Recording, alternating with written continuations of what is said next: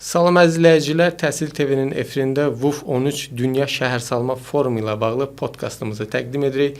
Verilişimizin qonağı WUF 13 Əməliyyat Şirkətinin kommunikasiya meneceri Emin Hüseynzadədir. Emin müəllim, xoş gəlmisiniz. Xoş gördük sizi. May ayında Azərbaycanda mötəbər bir tədbir keçiriləcək WUF 13, yəni Şəhərsalma Forumu. Burada əsas məsələ təşkilatçılıq məsələsidir, kommunikasiya məsələsidir. Ümumiyyətlə, tədbirlərin təşkilatçılığı digər sahələrdən nə ilə fərqlənir? Əslində bir sıra fərqlər var. Ümumi kommunikasiya öz yerindədir. Strateji kommunikasiya yanaşması çox vacibdir. Xüsusilə tədbirlərin planlaşmasında. Eyni zamanda özünə spesifik, özünə məxsusluq var bu tədbirlərin kommunikasiyasında. Burada nələr var? Məsələ burasındadır ki, əsas biz zamanla da bölməliyik bunu, məkanla da bağlılıqları var. Məsələn, zamanla bağlı nədir? Biz tədbir öncəsi kommunikasiyanın strukturu ilə tədbir zamanı kommunikasiya fərqlənir bir-birindən. Tədbir öncəsi əgər biz məlumatı insanlara çatdırmaq istəyirik, yeni auditoriyalar cəlb eləmək istəyirik və yaxud da ki, müəyyən fokus qruplara çıxış eləmək istəyiriksə, tədbir zamanı fərqlənir. Artıq insanlar toplanıb, məkandadırlar. Biz başqa mesajlar verməliyik ki, bu tədbir necə keçir, burada nələr müzakirə olunur, hansı müzakirələrdən hansı nəticələrə gəlinib çıxarılıb və üçüncü mərhələ, ən sonuncu mərhələ tədbirdən sonradır. Bu yekunlarla bağlıdır. Biz bir növ cəmiyyətə və yaxud da ki, bizim seçdiyimiz həmin o qruplara məlumat verməliyik ki, bu tədbir nə ilə yekunlaşdı, hansı nəticələr əldə olundu, nə qədər adam iştirak elədi və digər belə ümumiləşmiş məlumatlar verilir. Bu zamanla bağlıdır. Digər məsələ isə məkanla bağlıdır. Məkan hər dəfə tədbirlər üçün vacibdir. Tədbir belə deyək, hansısa məkan ətrafındadırsa və yaxud da birbaşa məkanla bağlıdırsa, deyək hansısa festivaldırsa, hansısa şəhər günüdürsə, bu əlbəttə ki, onun motivlərini, onun məqsədlərini dəyişir və ona uyğun mesajlar verilməlidir cəmiyyətə. Lokalizasiyadır. Əlbəttə, məkanın brendləşməsi də vacibdir. Həmin məkan öncədən hazırlanmalıdır. İnsanlar bilməlidir ki, bu tədbir harada keçiriləcək, hansı deyək ki, burada imkanlar var müxtəlif auditoriyalar üçün. İnsanlar gəlib burada nə edə bilərlər? Bax, bu haqda məlumat əldə və hər gündəlik fəaliyyətdən bu məkanda hansı yeni imkanlar açılacaq.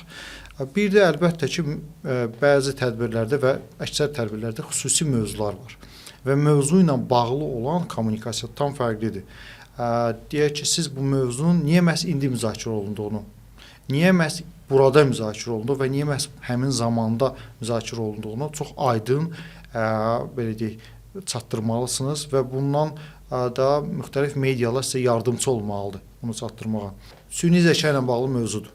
Süni zəka mövzusunu biz 2025-ci ildə də müzakirə edə bilərdik. İndi də, sabah da, ilin sonunda da müzakirə. Amma niyə məhz indi elədiyimizi və mövzunun məhz bu zamanla bağlılığını biz açıqlamalıyıq, bildirməliyik.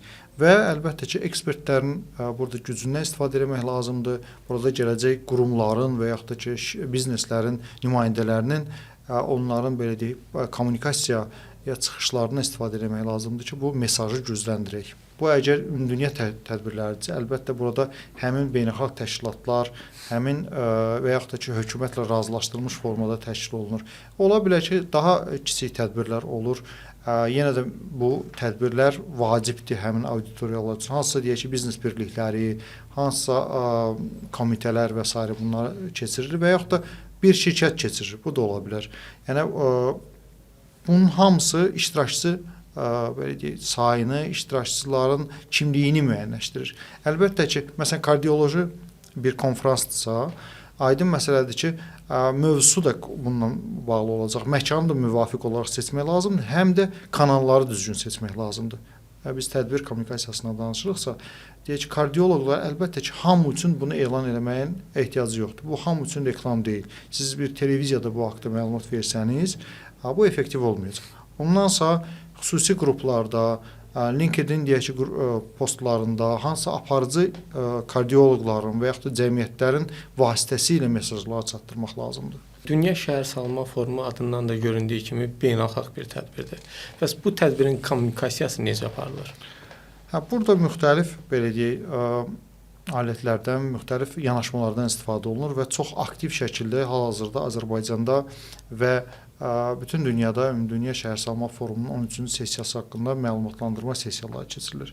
Bura nələr daxildir? Yəni çox müxtəlif auditoriyalar gələcək. Bura akademiya, yəni ki, müxtəlif araşdırma ali məktəblər, müxtəlif institutlar, tələbələr planlaşdırılır ki, bir qismi onlardan ibarətdir. Bir qismi biznes mühitindən gələcək. Digər qism dövlət qurumlarıdır, bələdiyyələrdir, yerli hökumətlərdir, beynəlxalq təşkilatlardır və vətəndaş cəmiyyətinin üzvləridir. Və hər biri üçün bu mesajları çatdırmaq lazımdır. Bu özünün belə deyək, həmin o fokus qrupları müəyyənləşdirir ki, onlara necə çatımlıq eləmək lazımdır və əlbəttə ki, hər birinə məxsus olan məlumat vermək lazımdır. Məsələn deyək ki, biz burada əsas vurğulamaq istədiyimiz məqamlardan biri medianın işdir. Mediaya necə çatdıraq bu məlumatı? Əlbəttə, biz düşündük bu haqda və VUF 13 Azərbaycan Əməliyyat Şirkəti bu belə bir yanaşmayı ortaya qoydu ki, həm də şəhərsalma ilə bağlı məlumatlanır, həm də tədbiri necə işıqlandırmaq lazımdır, bu haqda danışılsın. Yəni, jurnalistlər üçün bir məlumatlandırma sessiyası keçirildi bir neçə ay bundan qabaq və orada müxtəlif belə deyək də, qarşılaşacağı suallara cavablar verildi və həmin tədbir vaxtı deyək ki, başqa ekspertlər, xarici ekspert, jurnalist olan və digər VUF-larda iştirak eləmiş bir insanın təcrübəsi o canlı olaraq qoşuldu, onlayn belə deyək, biz rəqəmsal alətlərdən istifadə edirik və yerli jurnalistlərə o özünün təcrübəsini bölüşdü. Bu çox effektiv idi. Amma bununla yetinmək olmaz. Yalnız jurnalistlər deyil. Əlbəttə jurnalistlərlə həm press-relizlər, həm digər məlumatlar vasitəsilə bölüşülür. Amma eyni zamanda digər qruplar da var. Məsələn, qeyri-hökumət təşkilatları ilə bağlı müvafiq agentliklə biz fəaliyyət göstərdik, onlara məlumat çatdırılsın. Çünki o vətəndaş cəmiyyətinin iştirakı bu tədbirdə çox vacibdir və onların aktiv olması, şəhərsalma sahəsində innovasiyaların insanlara çatdırılması və yaxud da iştirakçılığı təmin etmək çox vacibdir. Digər tərəfdən, deyək ki, universitetlərlə ayrıca fəaliyyət göstərilir. Hal-hazırda Azərbaycanın bir sıra ali məktəblərində, yalnız ali məktəblərində deyil, həm də deyək ki, ixtisaslaşmış təhsillə bağlı təhsil ocaqlarında VUF 13 məlumatlandırma sessiyaları keçirilir ki, tələbələr də bilsin ki, bu tədbir niyə onlar üçün var, niyə onlar iştirak eləməlidir və iştirak eləmək yalnız gedib dinləmək deyil, həm də aktiv iştirakdan söhbət gedir. Bundan başqa biznes üçün, əlbəttə, kiçik və orta biznes üçün, böyük biznes üçün müxtəlif imkanlar var. Burada tərəfdaşlıq imkanları var. Onlar gəlib hansı tədbirlər, tərəfdaş kimi tədbirlər keçirə bilərdi və qeydiyyatdan keçdilər. İndi gözlənilir ki, çoxlu sayda insan gəlib burada həm təqdimat edəcək, həm də iştirak edəcək aktiv olaraq. Hal-hazırda demək olar ki, 100-dən çox ölkədən Azərbaycanda qeydiyyatdan keçən iştirakçısı var. Azərbaycandakı bu tədbirdə. Bu nə deməkdir? Yəni, beynəlxalq səviyyədə də kommunikasiya gedir. Burada həm də Azərbaycanın müvafiq nümayəndəliklərinin köməyindən istifadə olunur. Bundan başqa, həm də UN Habitat BMT-nin şəhərsalma ilə bağlı fəaliyyət göstərən qurumu özü də aktiv olaraq həm sosial media vasitəsilə, həm öz fəaliyyəti çərçivəsində insanlara məlumatları çatdırmağa çalışır. Və bu proses dayanmır. Dayanmadan gedir. Məqsədimiz ondan ibarətdir ki, daha çox insan iştirak eləsin və aktiv iştirakçı olsunlar. Ümumiyyətlə, belə bir beynəlxalq forumu keçirmək elə də asan məsələ deyil. Və maraqlıdır. Bunun çətin tərəflərini istəyərdik sizdən eşidək ki, hansı çətinliklər var? Burada çox müxtəlif məsələlər var. Problemlər mən deməzdim. Çətinlik hər zaman olur. Çünki belə deyək də, kommunikasiya həmişə yenilikçiyə açıq olmalıdır və biz yeni auditoriyalara çıxırıqsa, biz başa düşməliyik ki, onları əldə etmək üçün zaman və müəyyən biliklər tələb olunur. Burada söhbət nədən gedir? Məsələn, deyək ki, Təhsil TV-də oturmuşuq və ona görə təhsillə bağlı istəyirəm bir misal deyəm. Universitetlərdə belə baxanda məzmunu olaraq eyni məlumatlandırma sessiyası keçirilir. Tələbə və müəllim heyəti üçün. Amma çox fərqli reaksiyalar ola bilir. Niyə? Çünki bəzi universitetlərdə daxili proseslər elədir ki, məsələn, o tələbələr daha aktivdir, sual verməyə açıqdır. Digər universitetlərdə isə aparıcı insanlar yalnız sual verir və yaxud da ki, maraqlanır. Daha sonra bizə maraqlı olur ki, bu prosesləri bəzi universitetlər özləri təşkil edir. Yəni, hansısa formada simulyasiyalar, tədbirlər təşkil edir, bu haqqda danışırlar. Şəhərsalmanın vacibliyi Azərbaycanda gedən, axı təkcə VUF 13 tədbiri yalnız 17-22 may ilə bitmir. Bu uzun müddətli Azərbaycan şəhərsalma kampaniyası keçirilir oktyabr ayından başlayaraq və onun çərçivəsində çoxlu tədbirlər gedir. Bu haqda, yəni universitetlərin, ali məktəblərin, hətta orta məktəblərin şagirdlərinin cəlb olunması çox vacibdir. Uşaqlar üçün ayrıca assambleya nəzərdə tutulub, məsələn, Uşaq və Gənclər Assambleyası ki, hər bir insanın şəhərdə özünün təcrübələri var, bu haqda danışsın. Və nə qədər çox insan paylaşırsa, o qədər çox kommunikasiya olunur, o qədər çox dəstəkdir bu kommunikasiya.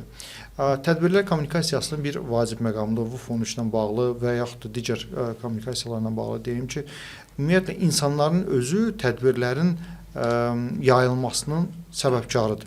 Biz nə qədər daha güclü persona və yaxud da tanınmış insan cəlb edə biliriksə, o qədər çox və yaxud da müasir dillə demişə, influencer cəlb edə biliriksə, o qədər çox adama çıxış əldə edirik. Bundan əvvəlki forumların təşkilatçılığında siz onlardan analiz edib hansısa bir səhvlərin olmaması üçün nəticələr çıxarılıbmı? VUF 13-cü sessiyadır, forumun 13-cü sessiyasıdır, rəsmi adı.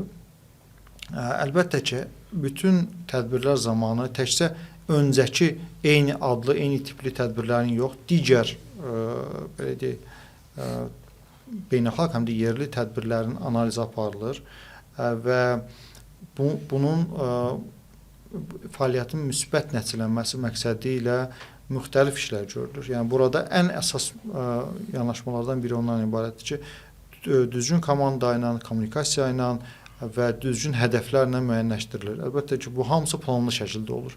Yəni, siz hansısa bir kommunikasiya ilə qarşılaşırsınızsa, əmin olun ki, bu kommunikasiya komandasından keçmiş bir məlumatdır. Bu cür beynəlxalq arenalar həm də gənclər üçün bir təcrübədir. Belə tədbirdə iştirak etmək istəyən gənclər nə etməlidir? Burada çoxlu əslində imkanlar var və məncə gənclər bu imkanları əldən buraxmamalıdır. Birincisi, bu ən başda gedən yəqin könüllülükdür. Hal-hazırda minlərlə Azərbaycanlı bu könüllülükdə iştirak edir və onların arasından seçilib final bir tədbirdə iştirak edəcək 2000-dən çox könüllü olacaq. Könüllülük nə verir? Yəni, söhbət könüllülükdə iştirakdan təkcə getmir. Könüllülük şəxsi, belə deyək də, ən yaxşı məktəbdir, mən deyərdim. İstənilən bir işə başlamaq üçün ən yaxşı məktəbdir. Kommunikasiya sahəsində siz öyrənmək istəyirsinizsə, siz bir məktəbdən keçməlisiniz. Bu, praktiki məktəbdir. Üstəgəl könüllülüyün verdiyi tədbir kommunikasiyası zamanı onlar görürlər ki, krizləri necə qarşısına almaq lazımdır. Praktiki olaraq bu necə işləyir? Bu, heç bir müəllimin, belə deyək, heç bir kitabın bəlkə vermədiyi konkret misallar üzərində bir məktəb olacaq, bir təhsil ocağıdır, mən deyərdim. Ondan başqa nə edə bilər tələbələr? Yalnız könüllülük alınmayıbsa və yaxud da ki, vaxtları yoxdursa və yaxud da ki, digər alətlərdən istifadə edirlərsə, bu tam normaldır və mən məsləhət görərdim ki, hansı onlayn alətlərdən, onlayn kurslardan istifadə eləsin. Burada çoxlu kurslar var. Həm Coursera-da var, həm LinkedIn-də var, həm də HubSpot Akademi deyilən bir sistemlərdə var. Yəni, ən azı minimal baza, misallar, keyslər üzərində öyrənməyə çalışsınlar. Bundan başqa ixtisaslaşmış xüsusi təhsil proqramları var. Bunu həm deyək ki, hansı universitetlərdə təhsil ocaqlarını təqdim olunur, həm də bəzən şirkətlər, təlim mərkəzləri bunları keçirilir. Burada hansı mütəxəssis məhz bu sahədə kommunikasiya mütəxəssisi keçir və ondan sadəcə gedib oturub dinləmək yox, aktiv yenə də mən iştirakçı çağırıram, həmişə sual vermək, belə deyək də, o zamanı maksimum istifadə etmək lazımdır. Bundan başqa, bu sahədə ixtisaslaşmaq istəyənlər üçün mən məsləhət görərdim ki, bir internship, yəni praktikada, təcrübəyə qoşulmağa çalışsınlar. Söhbət nədən gedir? Müxtəlif medialar işıqlandırır tədbirləri. Bu zaman baş verir. Niyə də orada gedib həmin dövrdə və yaxud ondan biraz əvvəlki dövrdən başlayaraq bir praktikant kimi, bir təcrübəsi kimi iştirak eləməsinlər. Baxsınlar bu sistem necə işləyir, içindən öyrənsinlər. Daha sonra sahə proqramları var və ümumiyyətlə nəzərə almaq lazımdır ki, insanlar öyrənmək istəyirlərsə, bunun aktiv öyrənmə vasitələrindən istifadə etməlidir. Aktiv öyrənmə vasitəsi, yəni həm nəzəri bazanı gücləndirmək lazımdır, həm təcrübədə birbaşa tədbirlərdə olmaq lazımdır, həm də belə deyək də bunu izləmək lazım ki, başqa tədbirlər necə belə keçir. Mən buna aktiv dinləmə deyirəm. Bu nə deməkdir? Mən sizə bir konkret misal göstərim. Tədbir kommunikasiyasını öyrənmə yollarından biri. Beynəlxalq tədbirlər keçirilir və bunlar canlı yayımda olur. Həm internet üzərindən və yaxud da ki, televiziya üzərindən. Mən həmişə deyirəm ki, diqqətlə, qələmlə dinləyin. Yəni nə deməkdir? Siz o ekranda baxırsınız, sanki adam eləyəcək ki, bu mətbuat konfransı, bu deyək ki, hansı mükafatlandırma və yaxud da tədbir, hər şey planlaşdırılıb, hər şey yaxşı. Amma əslində insanlar orada aylarını, illərini və yaxud da həftələrini qoyublar, hazırlaşıblar bu tədbir və onlar da gərginlik keçirirlər sözünüzü. Amma hər şeyin yaxşı keçməsi üçün müəyyən məqamlar var və dinləyərək, baxaraq o qeydləri aparmaq lazımdır. Məsələn, Oskarın verildiyində bu beynəlxalq tədbirdir. Qeyd edin ki, bu kamera işi necə gedir, rejissor işi necə gedir, təqdimat necə gedir, hansı sözlərdən, hansı məqamlara, vurğulardan istifadə edirlər, kimə yönəlib bu mətnlər və bu məncə 3 məqam, aktiv dinləmə, təcrübə və bunun nəzəri biliklər. Bunlar üçü birlikdə gənclərə çox yaxşı yardımcı ola bilər. İstəyərdim sonda bir qısaca məlumat da verək. WUF 13 tədbirində neçə ölkədən, nə qədər qonağın gəlməsi gözlənilir? Hal-hazırda son məlumata görə WUF 13 tədbirində 20 mindən çox artıq insan qeydiyyatdan keçib və bu təxminən 174 ölkədən qeydiyyatdan keçib. Yəni demək olar ki, dünyanın hər bir tərəfindən insanın belə aktiv iştirakı bizi sevindirir. Amma eyni zamanda biz həm də istəyirik ki, bu sayı daha da artsın və ona görə sizin vasitənizdə də mən çağırıram ki, Təhsil TV-nin dinləyiciləri və yaxud da izləyiciləri, onlar da WUF 13 belə deyək, saytı vasitəsilə wuf13.az saytı vasitəsilə keçsinlər qeydiyyatdan və çox sadədir prosedur. Niyə? Çünki bu həm də onlar üçün çoxlu imkanlar açacaq və bu kommunikasiya dediyimiz prosesin də içində iştirak edə biləcəklər. Həm də görə biləcəklər ki, dinlədikləri, gördükləri, bizim burada danışdıqlarımız reallıqda necə həyata keçirilir və ümid edirəm ki, onlar da bu tədbirdən öz paylarını götürəcəklər və effektiv hansısa şəhərsalma sahəsində belə deyək də nailiyyətləri görə biləcəklər. Emin müəllim, təşəkkür edirik gəldiniz bugün bizim verilişimizə, suallarımızı cavablandırdınız, ətraflı məlumat verdiniz izləyicilərə. Çox sağ olun. Siz də sağ olun.